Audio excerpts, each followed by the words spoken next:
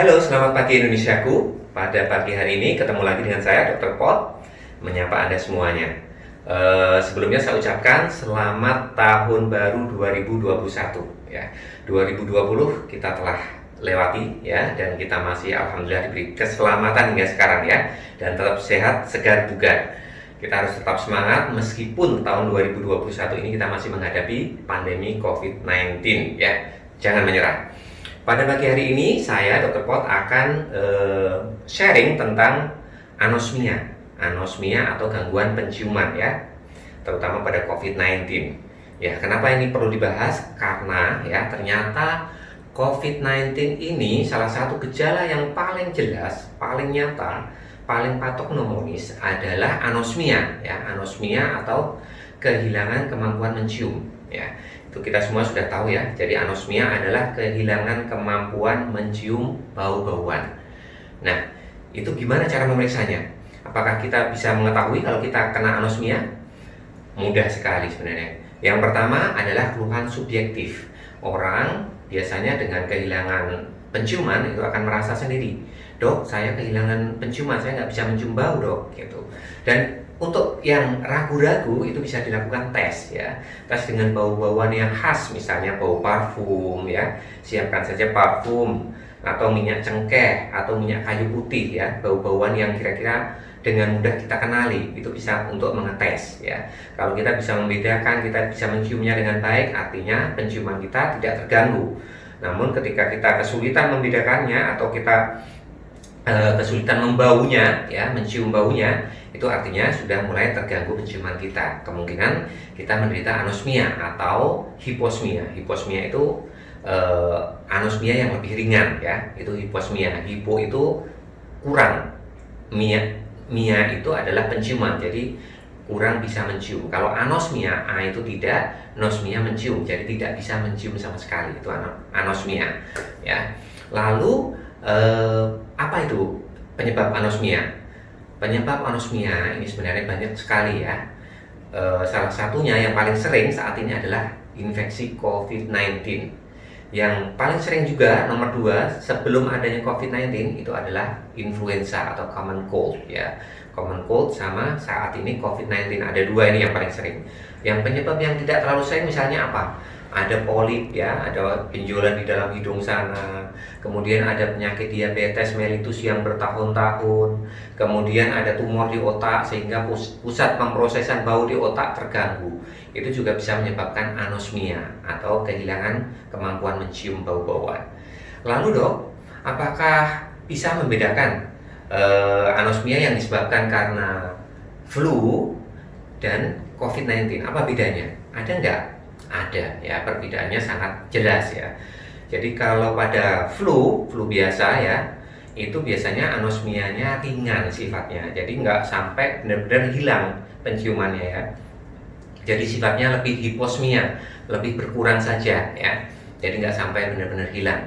Terus kemudian cepat sembuhnya ya, kalau pada flu biasa itu 1-3 hari saja itu biasanya ya. Terus yang ketiga, karena buntu, biasanya disertai buntu hidungnya.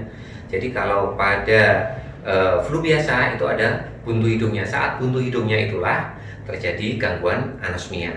Terus yang keempat itu adalah tidak disertai adanya gangguan pengecapan ya. Jadi kita bisa merasakan rasa manis, pahit dan lain sebagainya.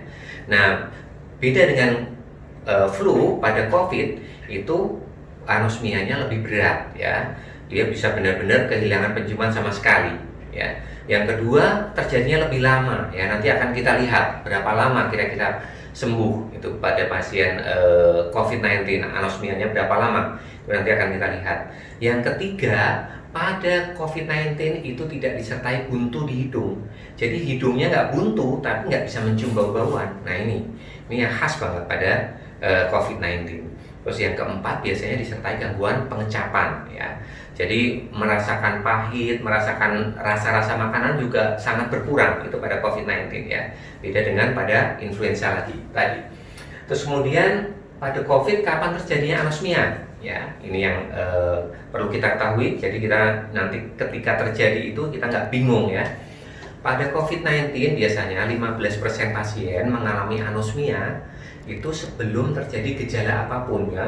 Nggak ada meriang, nggak ada sakit kepala, nggak ada batuk, nggak ada sakit tenggorokan, nggak ada flu, tiba-tiba kok anosmia, tidak bisa mencium. Nah itu hati-hati, kemungkinan Anda terkena COVID-19 ya. Yang kedua, sekitar 40% itu terjadi bareng sama gejala yang lainnya. Gejala yang lainnya ada yang batuk, pilek ya, meriang badannya, sakit semua ototnya muncul, tiba-tiba kehilangan penciuman juga, itu 40% ya.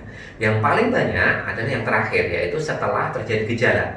Hari ini terjadi gejala, mulai meriang ya, 2 hari, 3 hari kemudian tiba-tiba kehilangan penciuman ya, anosmia, terjadi anosmia. Itu terjadi pada 45% pasien ya. Jadi kalau kita terjadi gejala flu terus tiba-tiba anosmia, yaitu nggak usah terlalu khawatir, itu memang banyak terjadi ya.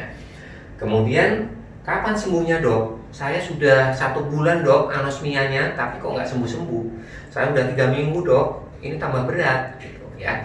Itu pada banyak studi ya, itu sekitar 13% itu sudah sembuh pada minggu pertama, sebelum minggu pertama ya, cuma 3 hari aja, itu 13% ya. Terus 1 minggu baru sembuh, itu sekitar 35%. Jadi 35% pasien yang mengalami anosmia pada COVID itu sembuh setelah 1 minggu.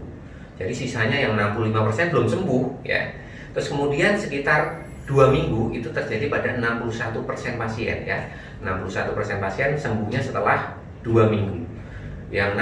Kemudian ada juga yang 3 minggu baru sembuh ya. Sekitar 67% pasien itu sembuhnya setelah sampai 3 minggu itu baru sembuh ya, meningkat ini.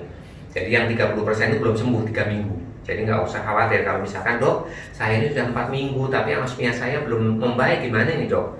Apakah saya ini masih sakit berat? Enggak ya. Itu memang anosmia itu pelan-pelan ya sakitnya, sembuhnya. Ada juga yang sampai 4 minggu, sekitar 25% anosmia yang terjadi pada COVID itu sembuh setelah 4 minggu, jadi cukup lama ya. Terus apakah ada obatnya? Ya, sekarang ini banyak sekali obat yang dikatakan katanya obat anosmia. Ada yang meneteskan minyak kayu putih ke hidung, ada juga obat tetes hidung yang berupa steroid ya. Terus kemudian ada obat minum juga, katanya obat anti alergi dan lain-lain sebagainya. Kemudian obat pilek dikira bisa menyembuhkan anosmia. Apakah itu betul? Ternyata dari banyak studi tidak menunjukkan bahwa obat-obatan itu membantu pasien anosmia untuk lebih cepat sembuh ya. Tetapi saat ini yang diteliti adalah olfactory training ya, latihan mencium. Itu rupanya bisa membantu untuk mempercepat kesembuhan, walaupun hanya sedikit aja bedanya dengan yang nggak latihan ya. Kalau dalam penelitian yang nggak latihan penciuman itu sekitar 73% sembuh ya, nggak diapa-apain sembuh. Tapi dengan latihan itu meningkat jadi 83% ya, lebih banyak yang sembuh. Itu jadi sedikit membantu. Nanti di video berikutnya akan saya ajarin bagaimana cara melatih penciuman kita ya supaya lebih cepat sembuh ya. Terus kemudian apakah perlu cemas dok kalau kita mendapatkan gejala anosmia ini? Nah ini yang perlu benar-benar dicatat, bahwa ketika Anda semuanya, kita semuanya itu menderita anosmia saat COVID, itu justru harus bersyukur. Kenapa? Karena itu dari banyak penelitian menunjukkan bahwa COVID kita ini adalah COVID yang tidak akan memberat ya. Banyak studi menunjukkan bahwa orang yang memiliki anosmia ini biasanya lebih muda usianya, yang pertama. Yang kedua, biasanya jarang sampai harus dirawat di rumah sakit nih ya. Terus ketiga, ini biasanya kelainan pada darah, kelainan pada protein darah itu juga jauh lebih rendah. Artinya memang orang ini akan sembuh dengan lebih cepat ya. Dan jarang menjadi berat, itu jarang menjadi kritis ya. Orang-orang yang menderita anosmia duluan ini, apalagi hanya satu-satunya gejala anosmia, itu biasanya sangat ringan COVID-nya. Jadi Anda harus bersyukur, kita harus bersyukur kalau mendapatkan anosmia ini. Terus kemudian jika muncul anosmia dok, jika kita tiba-tiba tidak bisa mencium, apa yang harus dilakukan? Nah ini ingat, kalau kita tiba-tiba nggak bisa mencium di zaman pandemi COVID-19 ini, itu yang pertama harus dilakukan isolasi mandiri dulu ya.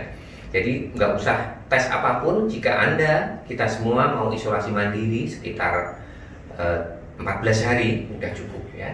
Itu sudah tidak akan menular lagi setelah itu ya. Setelah mulai berkurang sedikit demi sedikit, mulai menyembuh, membaik ya, walaupun belum sempurna, itu setelah 14 hari COVID-19 pun tidak menular lagi, seperti video-video saya sebelumnya ya.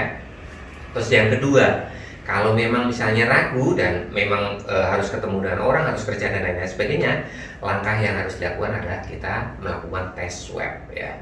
Jadi nggak usah panik, kita swab aja, kita lakukan tes apakah kita benar-benar terkena COVID atau ada penyebab yang lainnya ya. Jadi itu aja mungkin yang bisa saya sampaikan pada pagi hari ini. Tetap semangat, yang anosmia belum membaik nggak usah kecil hati, nanti dia akan membaik pelan-pelan ya, dengan memulai aktivitas normal seperti biasa, memulai olahraga ringan ya, nanti akan membaik dengan pelan-pelan ya. Ingat, 25% anosmia ini menetap hingga lebih dari 4 minggu, jadi itu wajar. Dan kita harus bersyukur kalau anosmia tadi yang saya bilang, karena itu menunjukkan COVID-19 yang kita derita itu ringan, kemungkinan besar kita akan selamat dari serangan COVID-19.